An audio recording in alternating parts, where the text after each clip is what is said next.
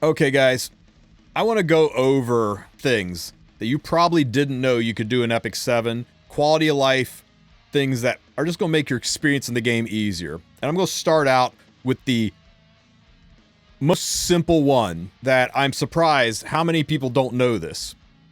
So let me know in the comments section how many of these tips you already knew. So the first one is relatively simple. To get to your teams and unit menu, you have to click on hero and then find teams and then click on teams. You can bypass all of that just by clicking on the table. If you click on the table, it'll immediately take you into your teams menu. So it's just a nice, quick, easy way to get at your units, get at your teams, and be able to take a look at your units. Nice little button push savings, right? When you're looking at your units, this is another thing that a lot of people don't know. When you're looking at the unit screen, right, the main gear unit screen, hidden down here in the corner is a little lightning bolt, helmet, and shield. And a lot of people don't know about this.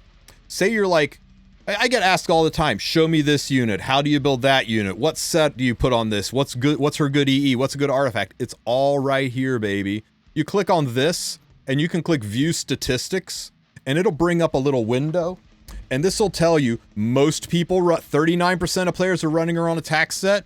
A few are running her on destruction, a few are running her on speed, and crit is the secondary set. This doesn't mean this is how you have to build her. Mine's on rage set most of the time, but this is a way you can build her. This is how most people are building her. Most people are running her on her number 1 EE, with a handful running her on her number 3, and almost nobody running on her number 2. As for an artifact, she's typically on Border Coin, but some people are running Daydream Joker, and even a handful of Hellcutters. On a scale of 1200 to 5200, most people are closer to 5200. They prioritize attack. Nobody gives a shit about HP and defense. They're all on the low end. Speed is kind of in the mid to low end.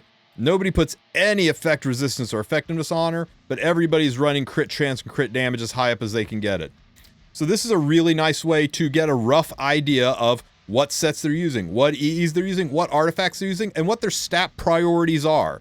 And the reason that this is a gradient like this is a gradient so it lets you use the in-game equipment thing where you got the slide bars and you can replicate this. So you're going to run the attack bar all the way up, the HP and defense bar all the way down, maybe put 1 notch in speed, run this all the way up, maybe 4 notches in crit damage and no notches in this, and you hit find gear if you're using the in-game gearing system. It'll give you an idea of how to set the presets in the in-game gearing system. And the in-game gearing system, by that, I mean you click Manage Equipment, and you click Recommended Equipment down here, and these are the sliders. So based on that screen, I would do this, I'd leave speed at 1, this was all the way up, this was about here, and these were all the way down, right? And I could decide based on what I saw, what sets that I wanted to be on, and I could hit Confirm, and there is an incredibly cracked Sirmia ready to go challenge PvE and take gear off my best units. So anyway, it gives you an idea of how to use the slider system to build your gear. But maybe that's not enough for you. Maybe you don't just want to have recommendations. You want to see actual builds that other people in the game did. Also click this button, and instead of view statistics, click view reviews. And you click view reviews and it takes you to the screen where people talk about how good they think a unit is. And the nice thing about this screen is anywhere you see a sword and shield, cross swords and shield, that's somebody who has posted an example of their unit. Now note the dates. This was Bucci's Sirmia in February of 2023, so it is a little outdated, but you can still look at how he had her built, what artifacts he had her on, what his actual stat line was. He's running her giga fast on speed set. Black Prodigy, he's running her on attack set. Still kind of fast, but with a lot of damage. Kagan has got a destruction set, pen set version, maxed out on damage, still a little bit of speed. So it'll let you actually look at the units and see how people are building them. So that's a huge quality of life that I think a lot of people don't realize, and it is so nice when you're sitting there going, I have no idea how to build this. You don't have to feel like you have to ask somebody how to build a unit. There's a self-service way right here to see how to build it, right? Oh, and for those that didn't notice it, there's also this nifty little button over here, the square with the magnifying glass. This takes you to this view. This is brand new. And it's really kind of nice to be able to see your overall quality of gear, your overall layout, everything. We're trying aggressively to get Smilegate to include the Molagora stats in here somewhere, you know, up top, some place here where they can show the skill ups. But you can click this right here and screenshot it. And you can share it to Facebook, Discord, all these different places. You can share it at a click of a button. So that's kind of nice. So pretty cool, huh? Now, as useful as this is, here's something that's a little less useful, but it's fun. If you go to your pet house and you like using Intern Beth, but you think Intern Beth is a stupid name for your pet, you can click on your pet, go in, and over here is a little scroll and paper. If you click on this, you can rename your pet. And you hit confirm, and boom, now your pet's renamed. So you can rename your pet. Now, if you want to rename it again, it is going to charge you 10 sky stones to rename it again, but every time you level it up, take it from 2-star to 3-star, it resets the sky stone cost, so you can rename your pet as often as you want, and you can give them fun names if you want, and just enjoy your pets a little bit more. Remember, you can't use spaces or special characters in the name, even though pets come with spaces in their name. When you rename them, you can't put spaces in the name. But hey, you can personalize your pets, make them easier to find in the list because you've given them fun names, right? If you hate yourself, if you really want to ruin your day, if you pull yet another green Pavel, and you're like, I can't believe how many green Pavels I've pulled. How many green Pavels have I pulled? You can click the little thing in the corner and go into the hero journal, and only do this if you want some depression, right? You go into the hero journal, you search for green Pavel, you bring them up, you look at them, and on this page, if you click this drop down arrow, you can be punished by seeing how many freaking times you've pulled this unit. So it doesn't do it for artifacts yet, but you can look and see who is your most pulled hero, how many times have you pulled a unit that you're just so sick of seeing drop into your pulls. So that's kind of a fun little way to ruin your day if you're into that kind of thing. This is an important one. And most people know this, but there's a lot of new players. Every single day, every day, you should go to battle. You should go to the labyrinth. You go into Tyrell Castle in Chaos, right? You can go to the first zone or the fourth zone. Everybody's got access to the first zone. Use your labyrinth token to go in. Now, don't worry. It doesn't really cost that labyrinth token, right? You just go in. You'll have to explore to it the first time, but once you uncover this orange spot, you'll be able to teleport right to it. And you just teleport to this corner, and then you hang a right. So you see we're up here in this area. Go through here. You'll have to kill these guys, but they've got like 1 HP each, so it takes nothing to kill them. Sometimes there's a fight here, sometimes there's not. It's just RNG. And you get to this spot right here, and you'll see him on the map, right? Here's the little goblin bugger himself. You talk to Huche, and he has got all kinds of stuff. He's got charms for 20k gold. He's got bookmarks for 184k gold. Here's another charm. Here's an artifact charm. Artifact charms are huge. Let's get some artifact and lesser boot charms. Now, something you need to know about Huche is Huche's an effing liar. Huche says only purchase items will refresh once per day. That's a lie. Every item will refresh. I don't have to buy these tomorrow. These will be gone and something new will be in their place. So you don't have to buy everything. Just buy what you want. And then the whole shop will refresh. This happens every single day. And you're thinking, but I don't want to spend a labyrinth compass on this. Well, you don't have to. All you do now is you click up here and you yield out. If you yield out, your labyrinth compass is not spent. You see it's still there. It didn't use my labyrinth compass. So it's a free way, well, not free, it costs gold, but it's a free way to get charms every day. And sometimes catalysts, sometimes bookmarks, nice things are in there. And a lot of people, their biggest roadblock right now is charms. So don't let those charms go to waste. Now, there's also Huche on floor number 4. I'll just show you where he is on the map.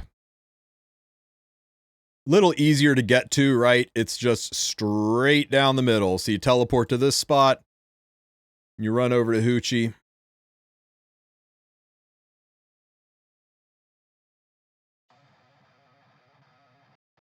Now, it's the same Huche. It's the exact same one. If you try to buy from them again, it's the same shop you've already bought from it. You can only do this once a day, but you can go to either one. Now, you notice there was no mob here. You might have a mob here. I didn't.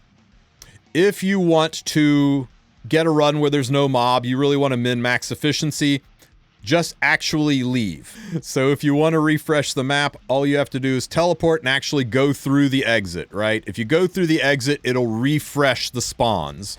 So all of the spawn points will change, and you just keep doing this until you get a map that doesn't have a fight, either here or in that other spot that we fought through on stage 1, whichever. So if you really care about that, you can do it, but the fights aren't hard.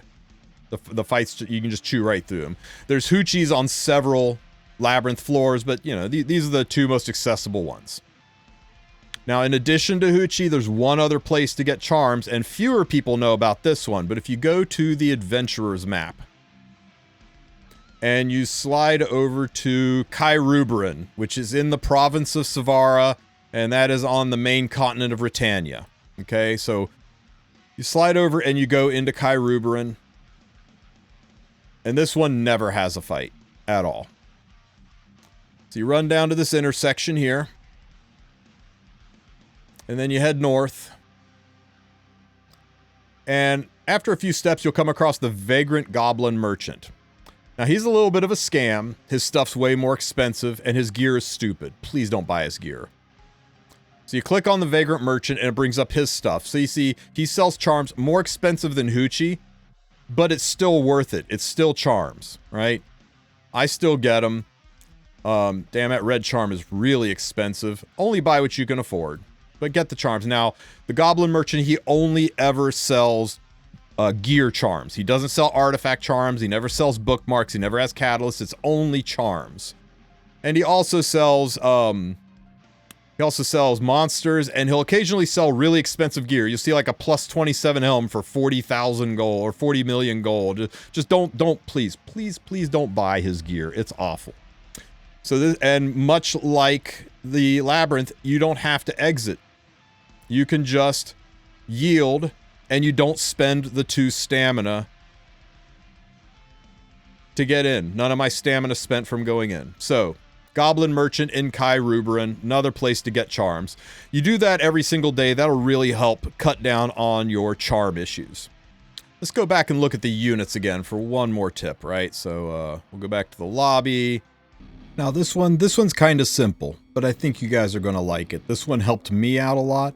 But if you go into your backpack up here, and you check out your units, and maybe you got to scroll through and you got to figure out what units are missing gear, what units aren't, to put gear on them. A quick little quality of life that, man, when this was shown to me, I was so happy to see it. You click on name and you can click hide fully equipped heroes, and now on your list you see only units that need to have their gear put back on, and it can make it a lot easier to find what units that you still need to re-gear after you've moved some gear around to do a special event. That's just a nice little one that's hiding down here. Let's say you need to find a unit, right? We all know there's a lot of units, and we all know that you can sort by things, right? You can sort by how, when you acquired them, you can sort by their name, you can sort by level, but eventually you get so darn many units that even doing this, it can take forever to find it. And I'm blown away that with the sort feature being this tiny little unhighlighted thing up here, that people don't notice there's a search bubble right beside it, that if you click it, you can type Destina and find your Destina that fast. You can click search and type Rem and find your Remnant Violet that fast. So it's a great way to find units. This even works when you're drafting an RTA. Super, super fast way to find a unit you're looking for without scrolling and going, crap, I'm running out of time to draft. Another thing you can do too is you can do a huge group search with this little double arrow beside it. You click on this and you can see all the units at once here you can say, I want to see all of my fire thieves, and you can see all of your fire thieves on one screen easily. You can say, I want to see, oh, you know what? You're going to love this. I want to see all of my earth units who can defense break. Do you know you could do this? You could choose what defense or what debuffs the units can do, and now it's only going to show me earth units who have a defense break in their kit. No, I actually don't want to see that anymore. I want to see ice units who can give immunity and an attack buff. Oh, look at that. There's the only ice unit in the game that gives immunity and an attack buff. Not or, it's and. So, and this screen works in the normal side view too, right? You can say find me people that give an effectiveness buff who are earth units, and it'll show you all the earth units who give effectiveness buff. So a lot of search bubbles up here that people just don't know exist, and it's a real clean way to do it. And also don't forget there's things down here. If you're trying to figure out who you're going to friendship farm next, you can hide all your friendship units. And then you can say, okay, these are all the units that I need to work on friendship farming because I've hidden all of my friendship 10 units. So take a minute to peruse through this. There are a lot of options for sorting up here, and it makes it a little bit easier to find some things, right? The web event. We all do this every day and we all hate it, right? It's slow, it's laggy, you click it, this thing pops up, you click it, this thing pops up. This is less important this week, but more important others, right? If you click on this, you have to wait for this text to come up, and then you have to hit this button over here to bring it back. If you're fast, you can skip the animation. You can click, and then click this, and then click, and click this, and click, and click this, and click, and click this, and click, and click this, and there, I've used all my stamina. So it's just a little bit faster. It's not that big of a deal, but, you know, hey, you can do that and grind through your web event a little bit faster. Just a small little quality of life for you. Especially good on ones where there's a big animation, right? Where the web event is click this button and it spins a wheel and you got to wait for the wheel to slow down and tell you what you got, and then there's a pop-up of what you got. No, you just start spinning the wheel, reset. Start spinning the wheel, animation cancel. Start spinning the wheel, animation cancel, and you're done with your web event. It's really nice for those kind of web events, right? Catalysts. Leveling units. We all got to do it, right? Let's say I want to make my Una 6-star. So I go into the screen, I go to awaken her, and I go to do her last node to awaken her, and oh no, I don't have enough runes or catalysts to do it. Well, you can combine smaller runes into larger ones. Unfortunately, you can't break large ones into smaller ones yet. I wish they would add that, but you can click combine runes, select the rune you want, and you can combine. It's expensive. Look at the gold it's using. It's very expensive to do this. You're probably better off farming Spirit Altar, but sometimes the Spirit Altar you want's not open. Sometimes you just need to do this to level your units. So you can combine the runes. Now I got enough runes, right? But I can't awaken. I don't have enough catalysts. Well, this is the neat thing people know about, right? Most people are like, well, crap, I don't have the catalyst. So they exit all the way out. They go all the way into unrecorded history. They find the catalyst they need on the menu. They buy it. They go, crap, how many did I need again? They go back and look at the unit. Oh, yeah, I needed 7 more. They go all the way. God, don't do that. Don't do that. They added a really, really nice quality of life here, and you guys are going to love this one. So just click on the catalyst. Either one, this one or this one. Either one works. Click on the catalyst, and it brings up this menu. And it'll tell you where you can farm it in Adventure. It'll tell you where you can farm it in AP. It also gives you a shortcut to go straight there to buy it with AP. Or if you have catalyst selection chests in your inventory anywhere, you can click Use. And not only does it use your catalysts that are currently in your storage, you didn't have to go and find them, it auto-fills it up to the exact number you need. I needed 7, it autofills to 7. So it's this fast. You go, oh, I can't awaken her. So I'll click on this, I'll click on this, I'll click receive, I'll click on this, and now I can awaken her that fast. It's a huge quality of life to not have to go searching for the catalyst, to not have to go into your inventory, You know, you didn't have to back out of this screen to go into this screen to go into this screen to find your catalyst chest and go, shit, how many did I need again? Which one was it again? How many did I need? You can do it all from that screen and it autofills the exact same. Does that work the same way for skill ups? It works the same way for skill ups. It knows I need 4, so it uses the chest, and now I can do her skill up. Now I do this skill up. Oh, I don't have enough. I can click on the catalyst I need. I can use the box. It knew I needed 2. It gives me the 2, and now I can do the skill up. It's a really nice quality of life that I'm just shook people don't know about because, man, that one was a life changer for me. And speaking of life chambers, you ready for the big one? You ready for the big quality of life that every time I show this to somebody, people are like, holy crap, where's this been all my life? You go into your gear, and you've been getting a ton of gear. You've been farming your butt off. We've got Katie's running in the background. Maybe you're doing Rift. You've pulled in a bunch of gear. You don't know what to keep, right? So you click the Arrange button, and you're faced with this auto select tab and this gear cog tab. You click on the gear cog and you can set things, right? You can say, oh, keep 85 gear, don't sell anything I've leveled, only sell the heroic, not the epic. Don't use this. This is terrible. Instead, click the often missed simple selection button beside it. This will change your lives, guys. This is the best quality of life out there. You click simple selection and you're faced with this screen. And what you can basically say is, hey game, I want to keep any gear that has an equipment score starting 24 or higher. And this is what I recommend for brand new players, 24 and higher. Mid-game players, people have been playing about 4 to 5 months, set it to 26th. And end game players, people who've got like 1,000 plus pieces of gear, maybe 28. Don't do this. You're going to throw away a lot of good pieces. 28, I think, is a nice, safe one, right? And then you click the button that says exclude equipment with speed substats. So what you're telling it to do is you're telling it to highlight every piece of gear that is under 28 equipment score unless it has a speed sub, because I'll want to speed check that.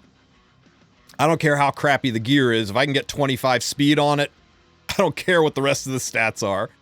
So you do this, and now you've set it. Now, the first thing you do before you actually activate it is go take a look at your boots. Because you'll notice this said with speed substat. Now, I'm aggressively trying to get Smogget to change this to speed substat or speed main stat. So it doesn't highlight speed main boots. But since it does, briefly go over, peek at your boots, and look at any, and make sure you don't have any boots with speed. This one's got speed main stat, but I don't want to keep this boot. It's a revenge set, it's blue, so I'm okay with letting this go. But if you see a boot that you want to keep, maybe roll later, either roll it now, or just go ahead and lock it. But once you've checked your boots, go back to the All tab, click Arrange, click Simple Selection, and boom, it has now highlighted every piece of gear that is under 28 equipment score, or doesn't have a speed sub. And now I can safely extract or sell the gear and get rid of the trash. Now all I have left is gear that I could speed check, or gear that, I don't think there's any here on the screen, but if there was a piece of gear here that was 28 or higher gear score, yeah, there we go. See, it didn't highlight this one. There's no speed sub. It should have highlighted it, but it didn't because it has a high base gear score, so it kept it as potentially good gear, even though it's goblin gear.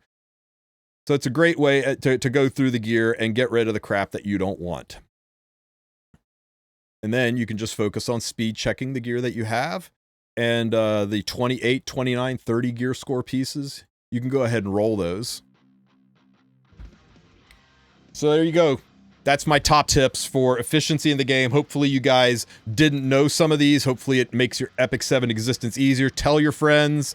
This is a great guide for new players, I think. It really makes life easier in the game. If you have any other tips or ideas that you want to share, mention them in the comments section. And don't forget to like and subscribe. Have a great one, Epic 7.